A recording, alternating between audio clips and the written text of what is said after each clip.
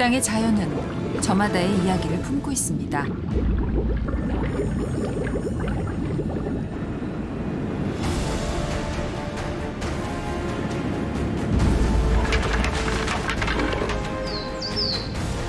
헤아릴 수 없는 삶의 나이테.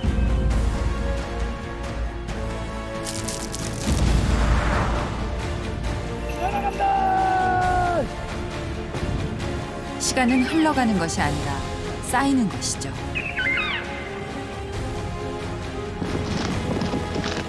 자연의 부름 앞에 모든 삶은 흔적을 남깁니다.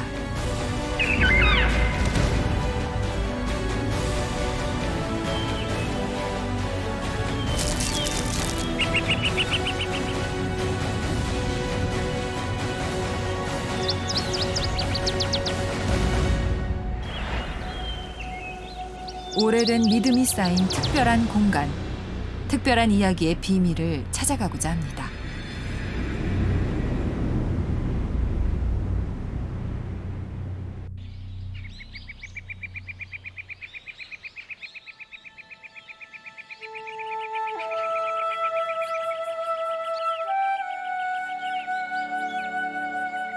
조선 500년의 역사 중 260년 동안 정궁이었던 창덕궁. 창덕궁 자락 낙선제엔 조선의 마지막을 살다 간 한 여인의 꿈이 있습니다.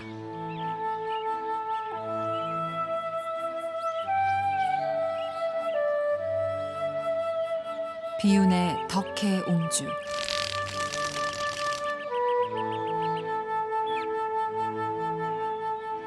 그녀는 고종의 고명딸로 대한제국으로 이어진 조선의 마지막 공주였습니다.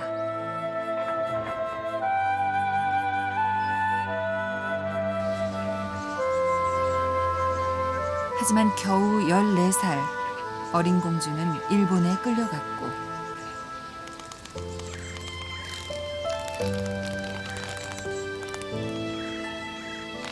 강제로 결혼해야 했으며 결국 정신병을 앓은 채 38년 만에야 이곳에 돌아올 수 있었죠.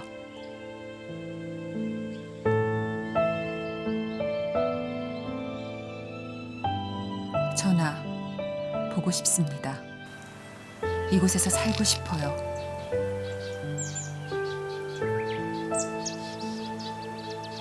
그것은 1989년 덕혜옹주가 남긴 마지막 말이었습니다.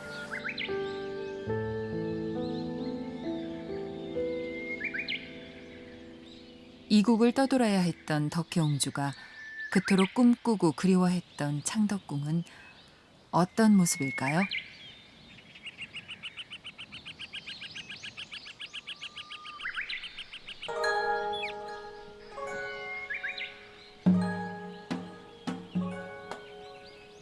창덕궁 뒤란엔 외부인의 출입이 엄격히 금지됐던 비밀의 정원이 있습니다.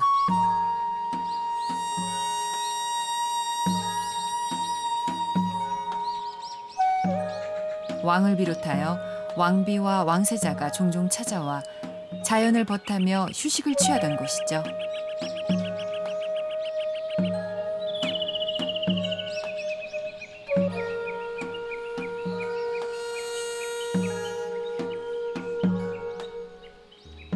(40여 채에 달하는 건물 하나하나 작고 아름다워 마치 꿈속을 거니는 것 같은 풍경.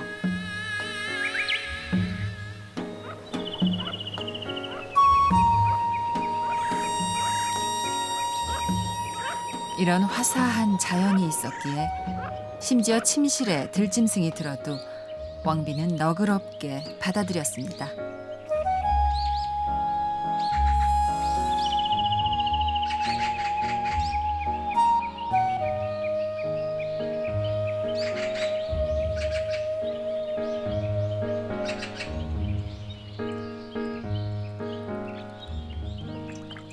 그래서 오늘날까지 가장 아름다운 한국의 자연정원으로 손꼽히는 창덕궁 후원.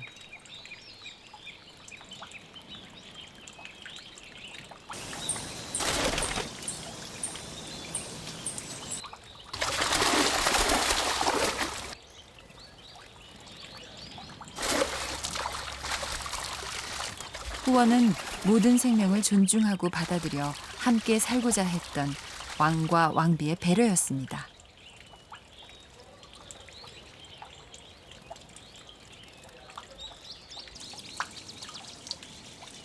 왕은 어필로 그 마음을 새겼고 하늘과 땅과 무생명을 하나의 몸으로 여겼죠.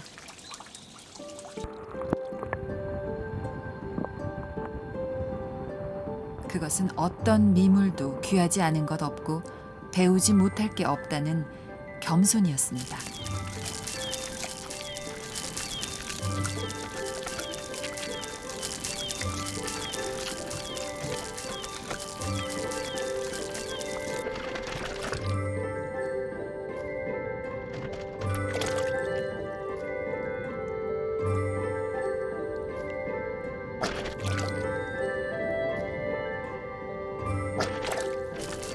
자연의 이치도 사람과 같아서 강자가 있으면 약자가 있고 약자는 살아남기 위해서 끊임없이 지혜를 발휘하죠.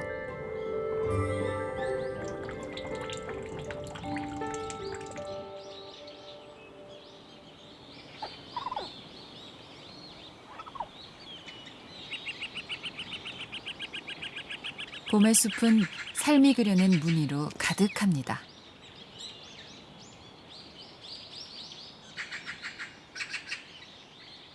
청설모는 이리저리 단풍나무를 옮겨다니며 마른 껍질로 허기진 배를 채우고 새끼 다람쥐는 어미에게 젖을 달라며 아우성이죠.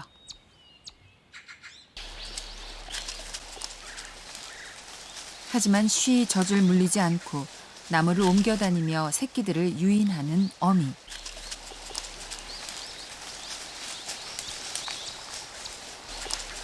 이것은 어미 다람쥐가 새끼들에게 나무 타는 법과 열매 찾는 법을 가르치는 어미로서의 훈육입니다.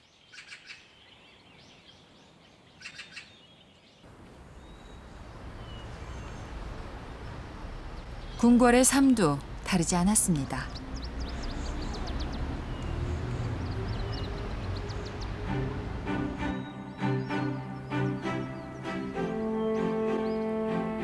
왕비와 세자를 위한 건물이 즐비한 이곳을 옛사람들은 창덕궁의 동쪽에 있다 하여 동궁이라 불렀죠. 상량정이 있는 이곳에 세자의 도서실이 있습니다. 세자는 매일 동트기 전 이곳에서 독서를 했죠.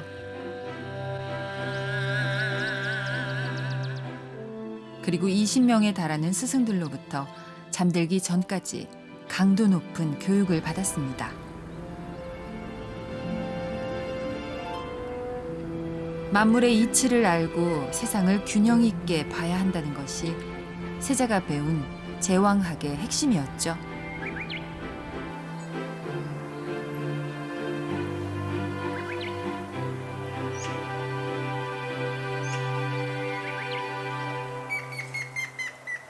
주변엔 우람한 나무들을 심었습니다. 계절이 어떻게 변하는지, 또 나무의 품에 어떤 생명들이 어떻게 살아가는지를 배우고자 함이었죠.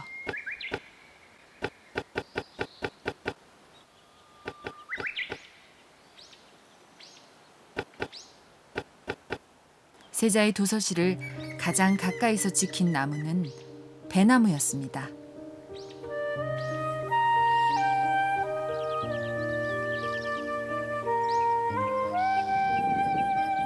배나무는 왕실의 상징이었고 세자의 곁에 심어놓은 건 근본을 잊지 말라는 당부였죠.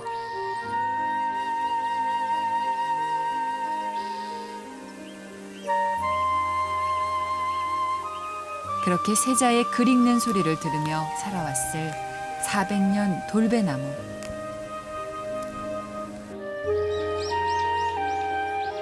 이 돌배나무는 그동안 얼마나 많은 열매를 품어서 키워왔을까요?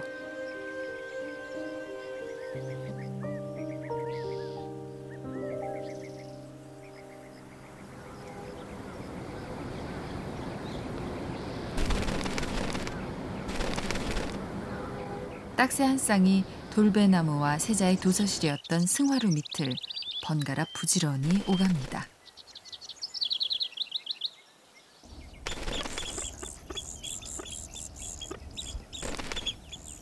새끼들이 부쩍 자라있는 까닭에 어미는 먹잇감을 구하랴 배설물을 갖다 버리랴 온종일 쉴 틈이 없죠.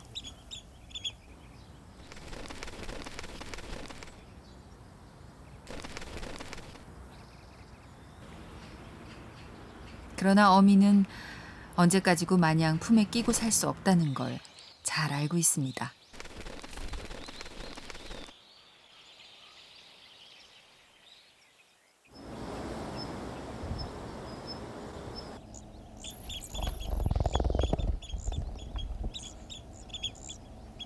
매정하지만 이제 새끼들을 떠나보내야만 하는 어미.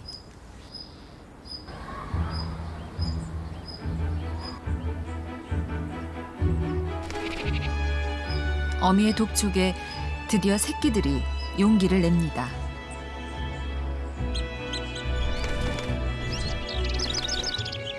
어쩌면 이 먹이는 새끼가 앞으로 잘 살아내기를 바라며 주는 어미로서의 애틋한 마음이겠죠.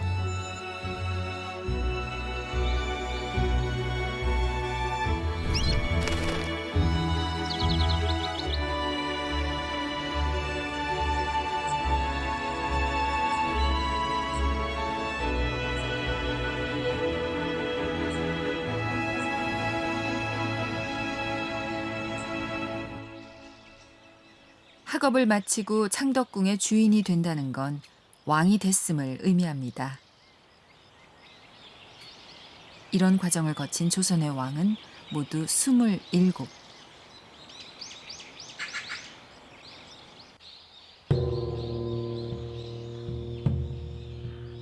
왕의 궁궐 생활이 어땠을까가 200년 전에 그려진 동궐도에 펼쳐집니다. 왕은 매일 새벽 서너 시면 일어나 대신들이 참여하는 조회를 연 다음 동트기 전 편전에 들러 업무에 들어갔습니다. 하루에 10,000가지 일을 처리한다 하여 만기 친남이라 했을 만큼 과중한 업무에 시달렸던 왕은 가끔씩 왕비와 함께 비밀의 정원을 찾아 휴식을 즐기곤 했죠.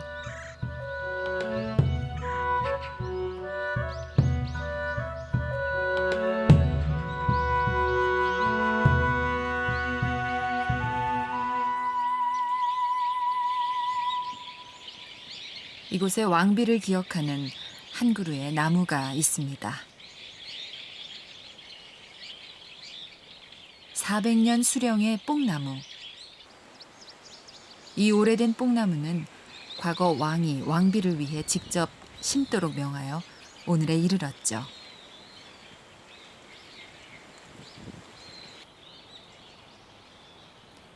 예로부터 뽕나무는 여성을 상징했습니다. 남자가 밭에 나가 쟁기질하고 여자가 길쌈하는 것을 최고의 미덕으로 여겼죠.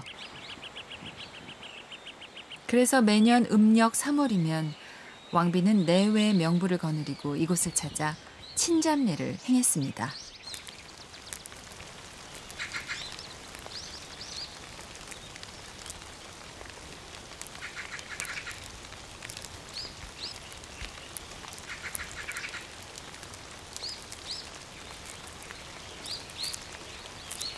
예로부터 누에치기는 농사와 함께 나라의 근본을 이루는 것이라 하여 농상이라 했습니다.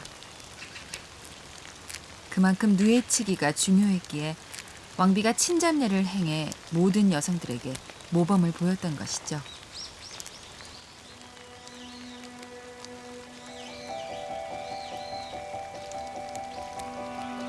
다 자란 누에는 번데기가 되기 전 입에서 가는 실을 뽑아내 자신의 집을 짓습니다.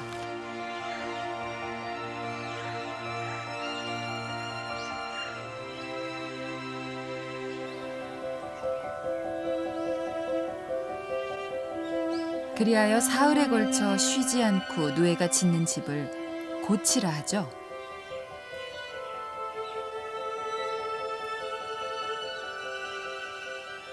고치 하나를 만들기 위해 뽑아낸 실의 길이가 무려 1,500m 남짓.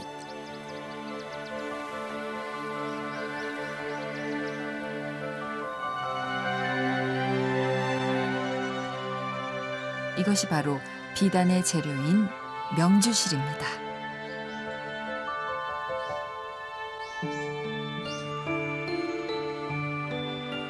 구중궁궐의 왕비를 불러내 유일하게 일을 시켰던 나무. 이 뽕나무는 얼마나 많은 옷을 사람들에게 줬을까요?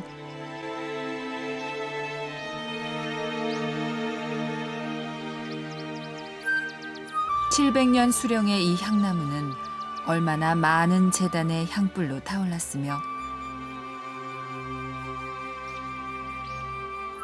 숲에 사는 허리 부러진 이 느티나무는 또 얼마나 많은 새를 품어 키워냈을까요?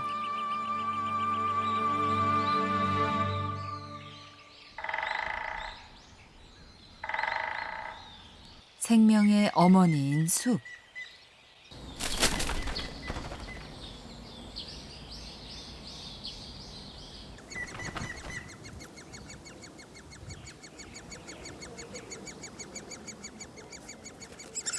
오색 딱따구리가 큼지막한 단풍나무 줄기에 둥지를 마련했습니다.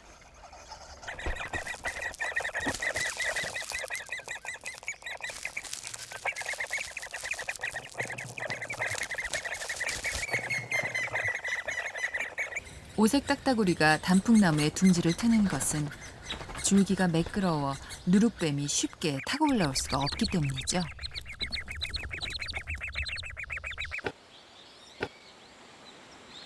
새끼들의 먹잇감을 찾기 위해 온종일 썩은 나무 둥치를 쪼아야 하는 어미.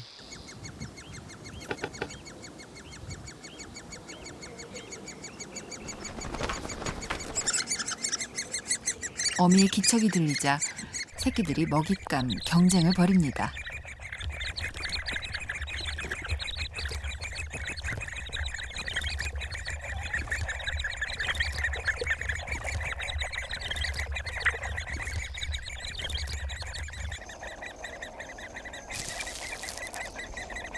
어미는 가장 입을 크게 벌리며 달려드는 녀석에게 먼저 먹이를 주죠. 새끼를 강하게 키우려는 어미의 본능입니다.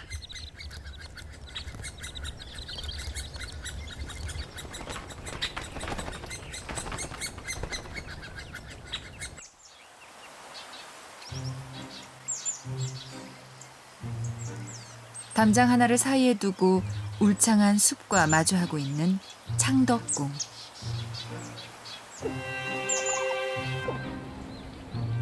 그 창덕궁 용마루 위에 앉은 다람쥐 가족.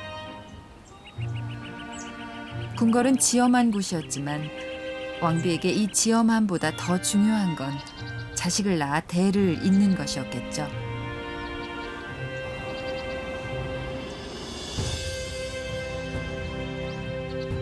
이처럼 자식 낳는 것을 숙명으로 받아들이고 훈육까지 책임져야만 했던 왕비. 왕비는 자기가 낳은 자식이 세자가 되고 왕이 될 때까지 얼마나 숨죽이며 바라봐야 했을까요?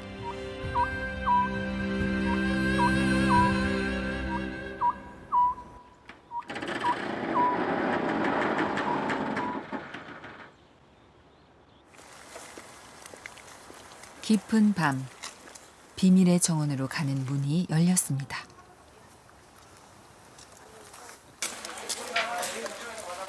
관람객들에겐 창덕궁이 들려주는 밤의 이야기를 엿볼 수 있는 가장 좋은 기회죠.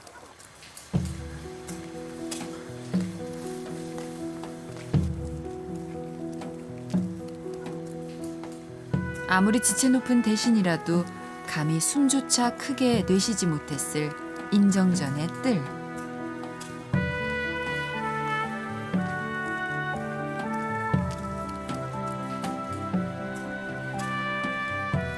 한나라의 무게를 짊어진 듯 왕의 책무와 엄중함이 느껴지는 옥좌.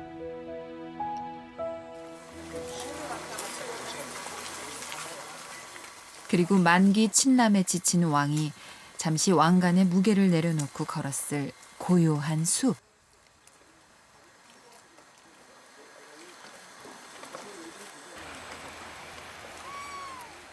새조차 숨죽이며 바라보는 길을 걷다 보면 어느새 비밀의 정원에 닿습니다.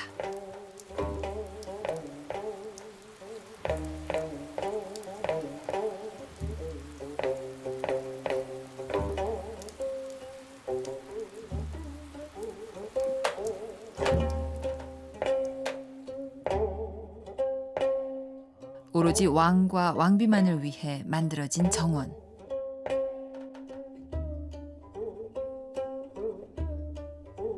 주합루는 우주와 하나가 된다는 의미를 갖고 있죠.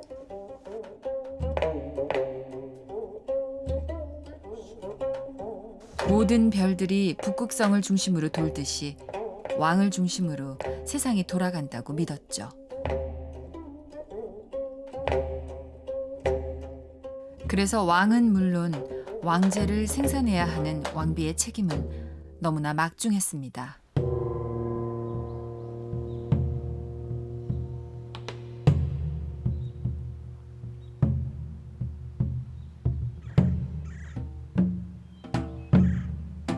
(1457년) 가뭄이 심해 나라의 백성이 고통받던 그해,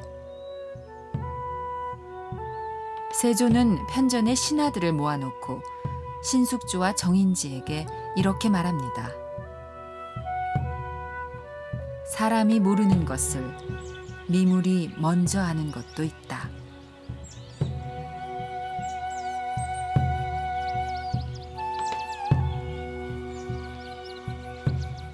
세조는 과연 어떤 의미로 그런 말을 했던 것일까요?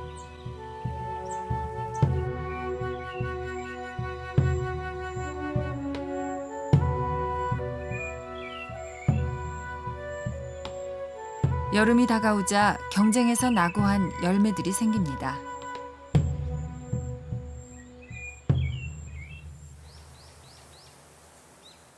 세자의 도서실을 지켰던 승화루 근처의 돌배나무 아래,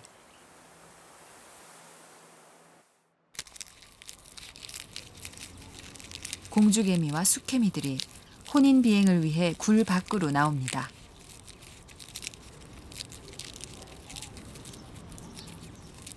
지하 왕국에 살다 처음으로 빛의 세계에 나온 공주개미.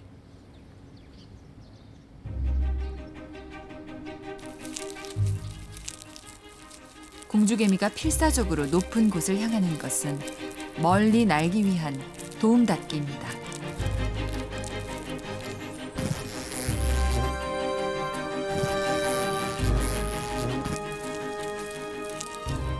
그러나 이때가 가장 위험한 순간.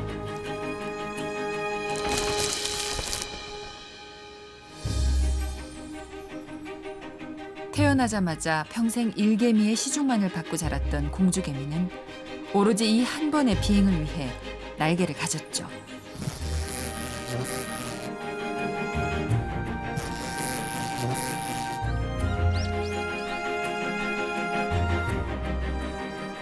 수천 수만의 공주개미들이 수개미와 짝짓기 경쟁을 벌이고 있을 이곳.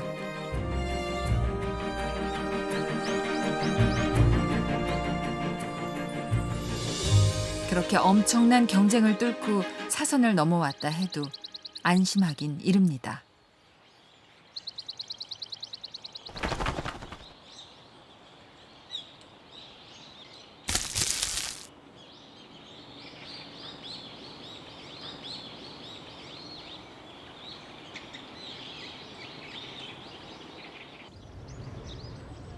몇백 마리의 도전자 중 극히 일부만 혼인에 성공해 이제 쓸모없어진 날개를 떼고 공주가 아닌 여왕의 자리로 등극하죠.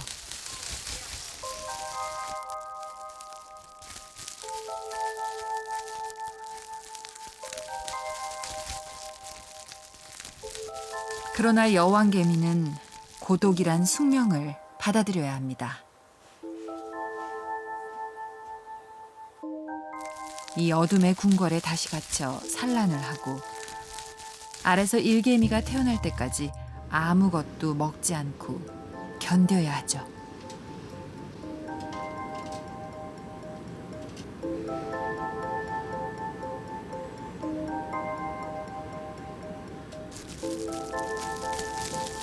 우리에겐 작고 흔한 개미로 보이지만 이처럼 여왕개미에게 작은 알 하나는 자신의 목숨을 걸고 얻어낸 너무나 절박한 존재죠.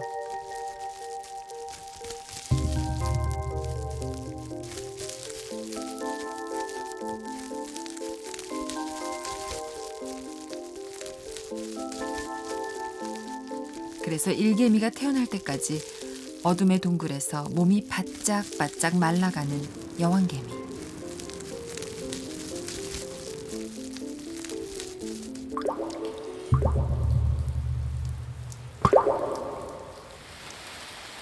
세조는 이런 개미의 움직임까지 눈여겨봤던 것입니다.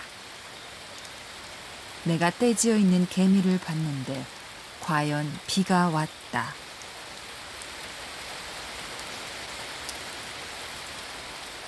새 집에 있는 날짐승은 바람 부는 것을 알고 구멍에 있는 길짐승은 비 오는 것을 안다.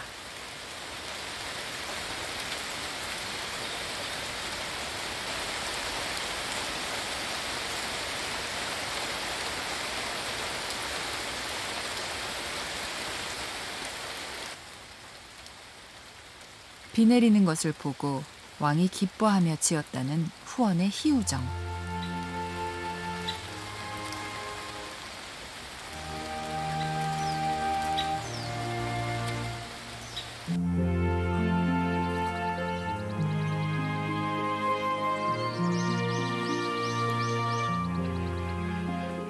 비가 물러나고 햇살이 찾아오자 푸르렀던 정원의 녹음이 더욱 생기를 찾습니다.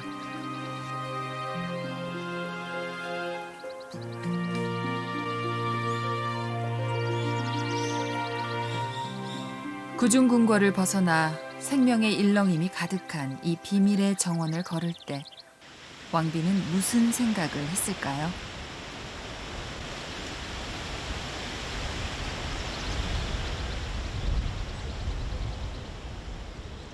효정 왕후의 행장은 이렇게 기록합니다. 풀 한 포기, 꽃 한 송이도 함부로 대하지 마라. 모두 제 마음대로 자라도록 내버려둬라.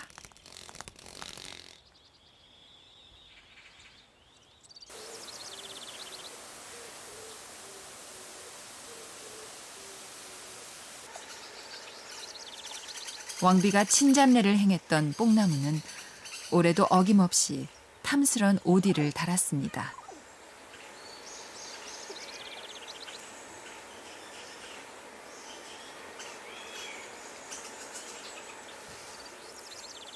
탐스럽고 달디단 오디는 숲의 제주꾼 청설모에겐 이철에나 맛볼 수 있는 근사한 간식거리죠.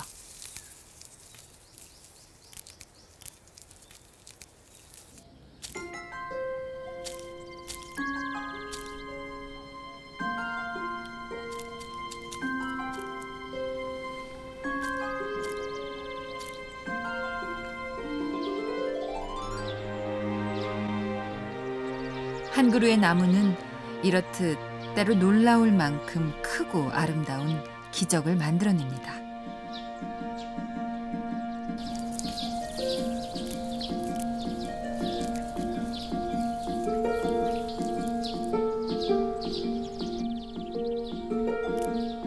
그리고 그 기적의 기쁨 속에 주변에 사는 수많은 생명들을 불러들이죠.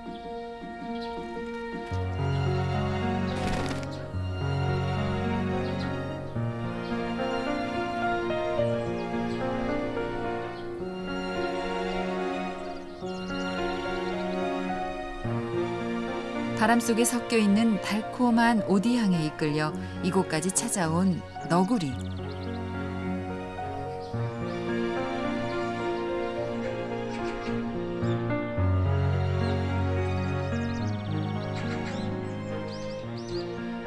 잘 익은 오디만을 골라 먹는 이 녀석은 세 마리의 새끼를 애지중지 보살펴야 하는 어미 너구리입니다.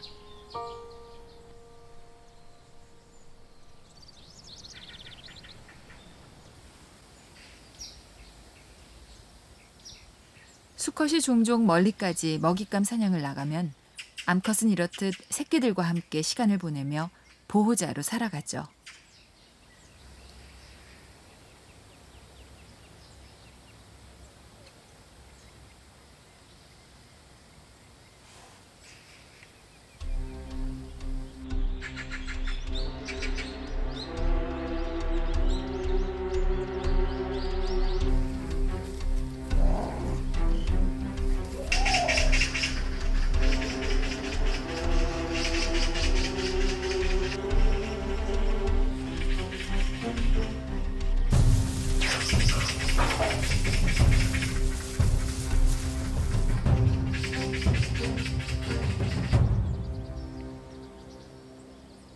아무리 들짐승이지만 새끼가 위험에 빠지면 목숨을 내놓고 지키는 것이 어미가 가진 모성.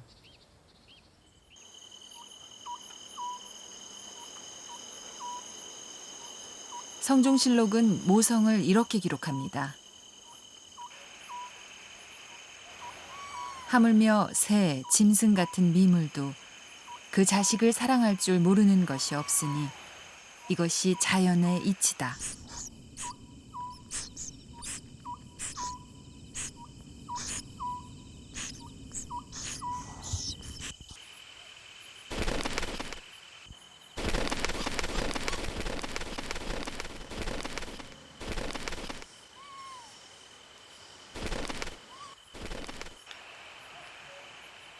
여섯 마리의 새끼를 건사해야 하는 큰 소쩍새 어미는 밤새 분주하기만 합니다.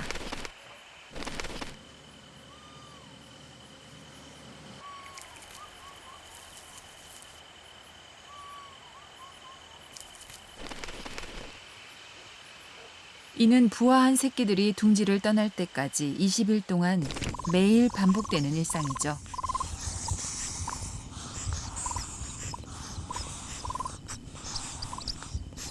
잡아온 사냥감은 새끼들이 잘 삼킬 수 있도록 잘게 조각낸 다음 나눠줍니다.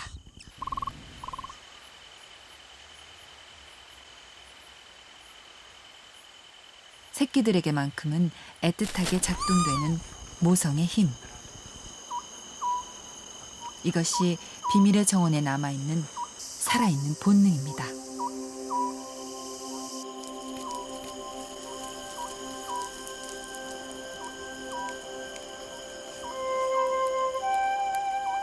(400년을) 살아온 뽕나무 아래 또 하나의 새로운 인생이 시작되고 있습니다.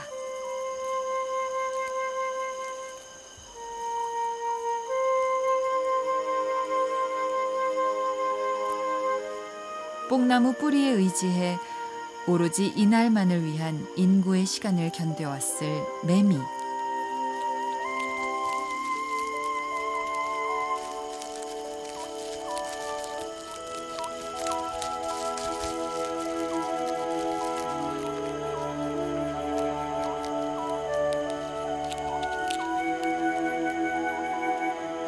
매미는 날개도질을 한 다음에야 번식이 가능하죠.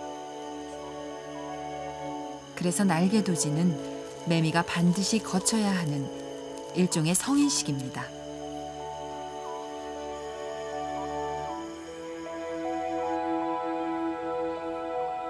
단 일주일을 살기 위해 견뎌냈던 7년의 시간.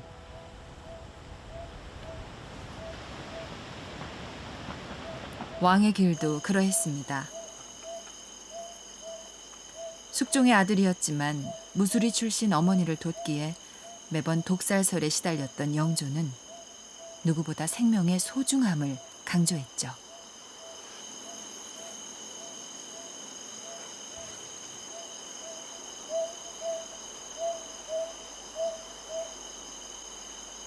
그러나 영조 앞에 놓인 현실은 결코 그렇지 않았습니다.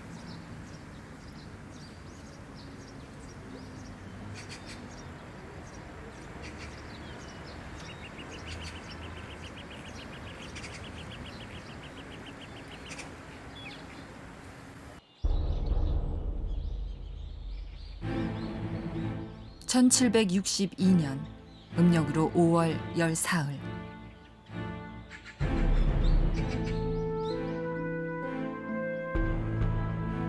이곳 문정전에 들렸던 영조는 우연히 아들 사도세자와 만납니다. 영조는 칼을 던지며 자결을 명했죠. 사도는 눈물로 살려줄 것을 애원했습니다.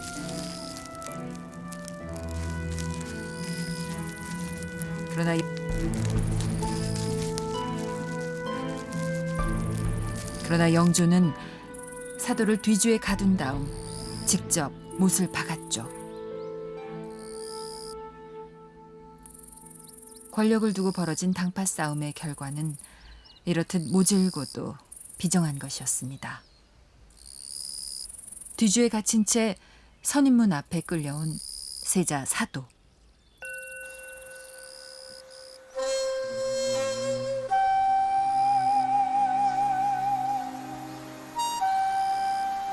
울부짖는 사도의 곁을 지킨 건 오직 이 회화나무 뿐이었습니다. 그래서 이 회화나무가 애간장 끓듯 틀어졌다고 전해지죠.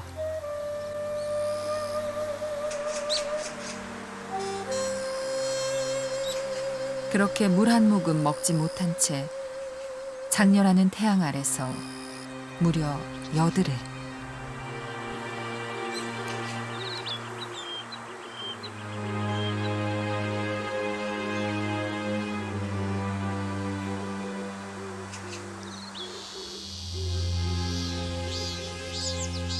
결국 사도세자는 비참한 최후를 맞고 말았습니다.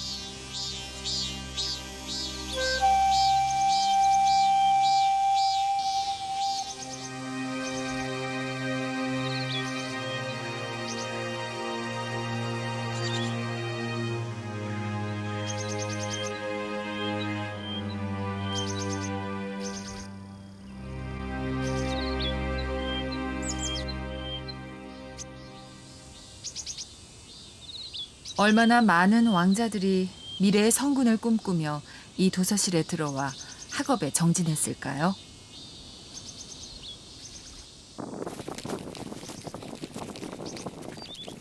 세자의 도서실이었던 승화로 아래에 있는 여왕개미의 왕국.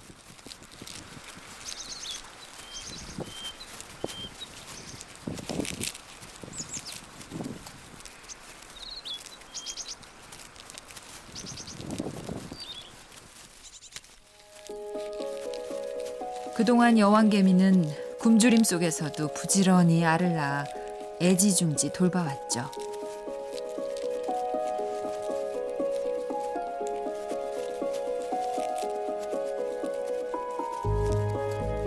알은 시간이 지나면서 애벌레가 되고 애벌레는 스스로 고치를 만듭니다.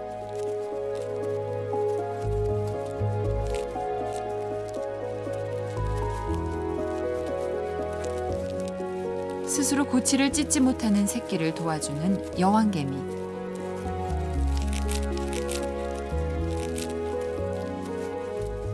마침내 일개미 1호가 탄생합니다.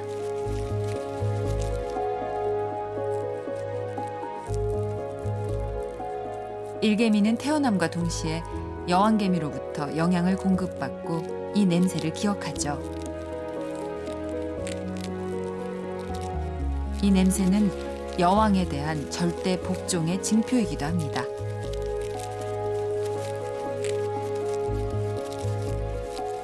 이제 일개미 1호는 여왕개미를 대신해 앞으로 태어날 동생들을 책임지고 돌봐야 하는 임무를 부여받죠.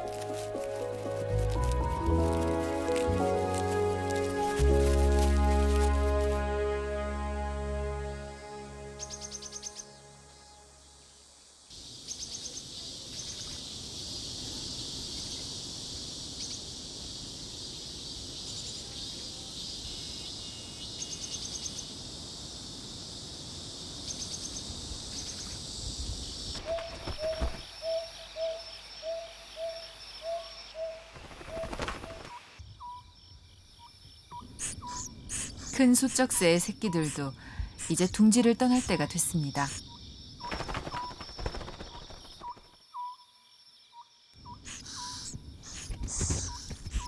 그동안 어미는 오로지 이 새끼들만을 위해 살아왔죠.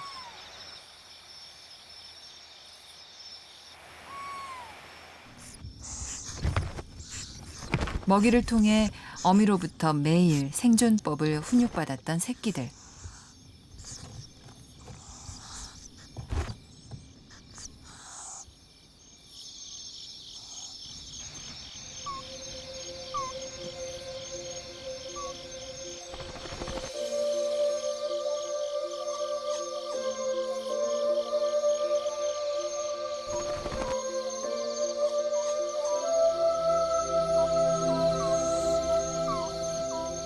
이제 새끼들은 어둠을 볼 수 있는 눈과 날카로운 발톱, 어미가 매달아준 날개로 스스로 사냥하며 숲에서 살아갈 것입니다.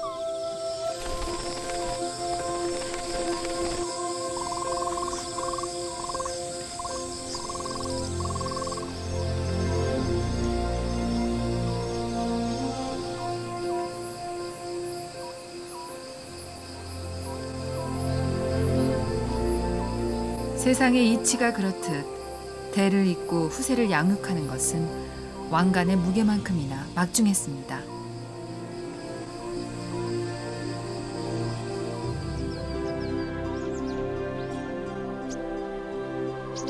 모든 생명은 자신의 역할을 충분히 해냈을 때 스스로 아름다워집니다.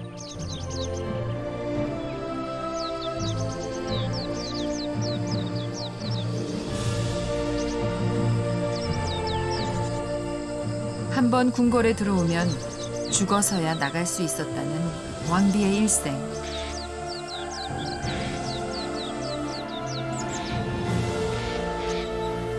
그것이 국모의 생애이자 화려함 뒤에 감춰진 왕비의 간절한 모성이죠.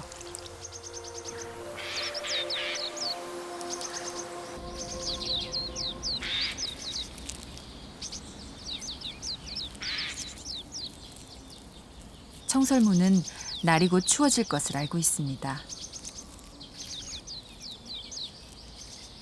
그러자면 미리미리 겨울 양식을 준비해둬야 하죠.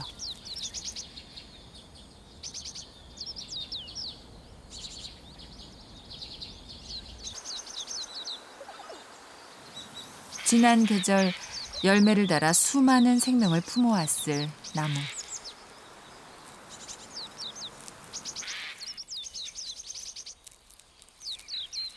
가을이 되고 낙엽이 떨어지면 나무 위의 새들도 먹이를 찾아 땅으로 내려옵니다.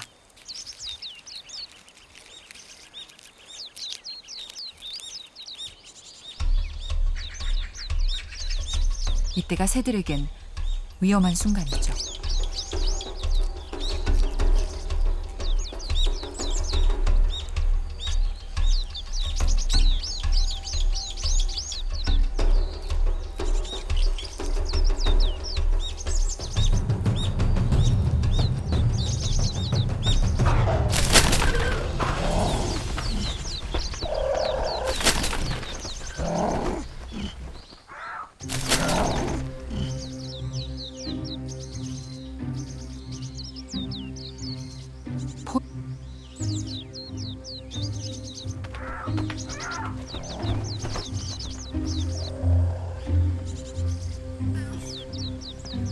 포식자의 힘과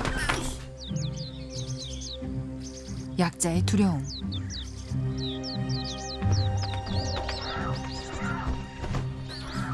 날개를 파닥이며 아무리 안간힘을 써도 비둘기는 고양이의 소나귀에서 벗어나지 못합니다.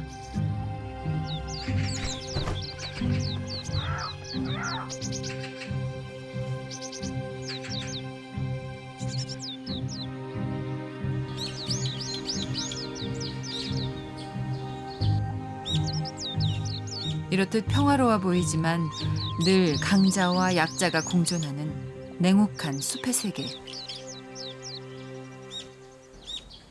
궁궐의 역사도 이와 다르지 않습니다.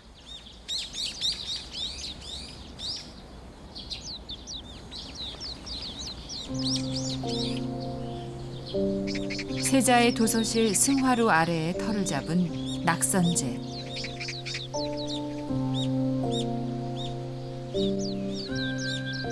낙선제는 헌종이 아내와 할머니를 위해 지었던 집입니다.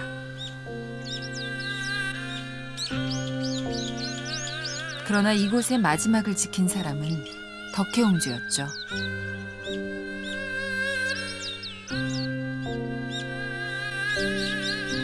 고종이 환갑을 넘어서야 얻었던 덕혜옹주. 그러나 망국의 서름을 아는 채 일본에 끌려가 강제 결혼했고 쉰이 넘어서야 이곳에 돌아왔습니다.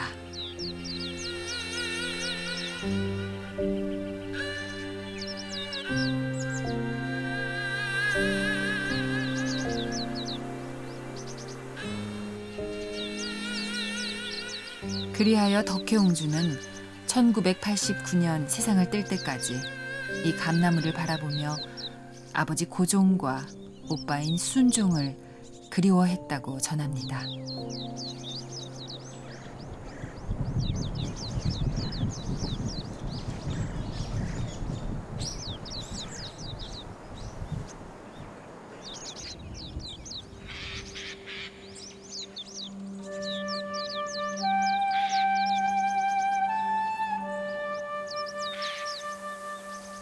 지금도 승화루에서 또박또박 그립던 세자의 목소리를 기억하고 있을 돌배나무.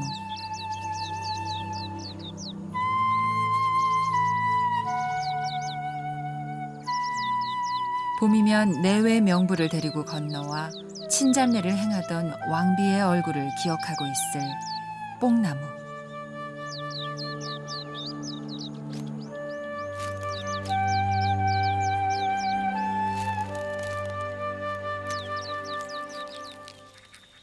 오랜 세월이 흘렀지만 이 나무들은 여전히 제자리에서 제 일을 하고 있습니다.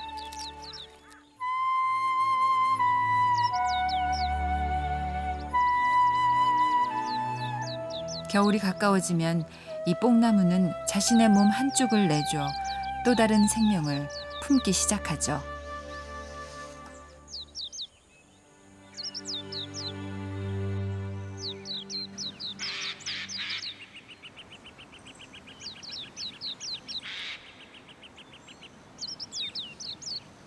천만이 넘는 사람이 살아가는 도시 복판에 이토록 너른 품의 숲과 궁궐이 함께 있는 건 매우 드문 일입니다. 이것은 창덕궁이 세계문화유산에 등재된 이유기도 했죠. 오늘도 수많은 사람들이 창덕궁 비밀의 숲을 찾아 왕과 왕비가 걸었을 길을 걸으며 지난 시간을 떠올립니다.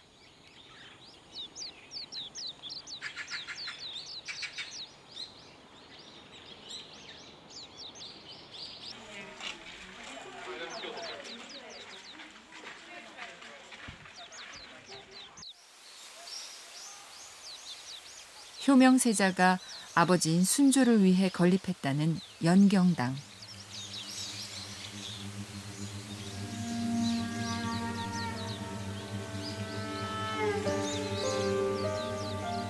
연경당은 본체, 사랑체, 행랑체가 모두 마당을 향해 개방돼 있습니다.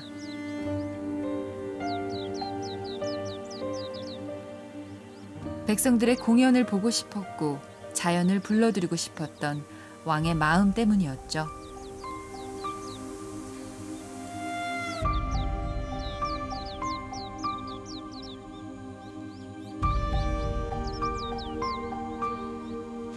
어미 왕사마귀가 알집을 남깁니다. 거품 모양의 이 집은 알이 겨울을 무사히 날 수 있도록 따뜻하게 품어줄 것입니다.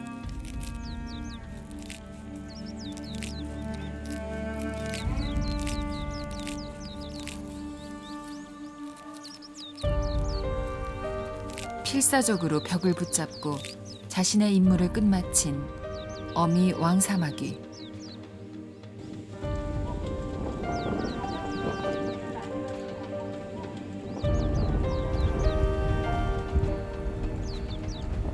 마침내 어미 왕사마귀가 알집의 후세를 맡긴 채 자연의 품으로 돌아갑니다.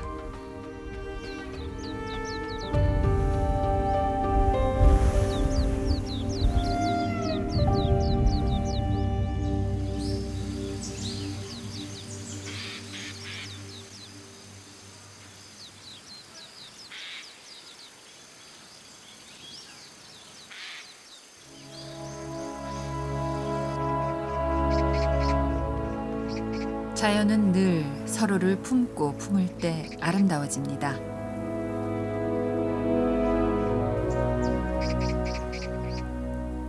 창덕궁 비밀의 정원은 자연의 시간을 조용히 담아낸 그릇이죠.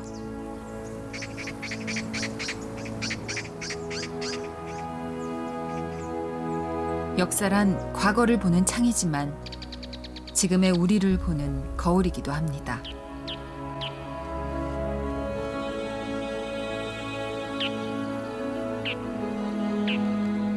500년 왕조의 시간은 지났지만 생명은 높낮이가 없죠.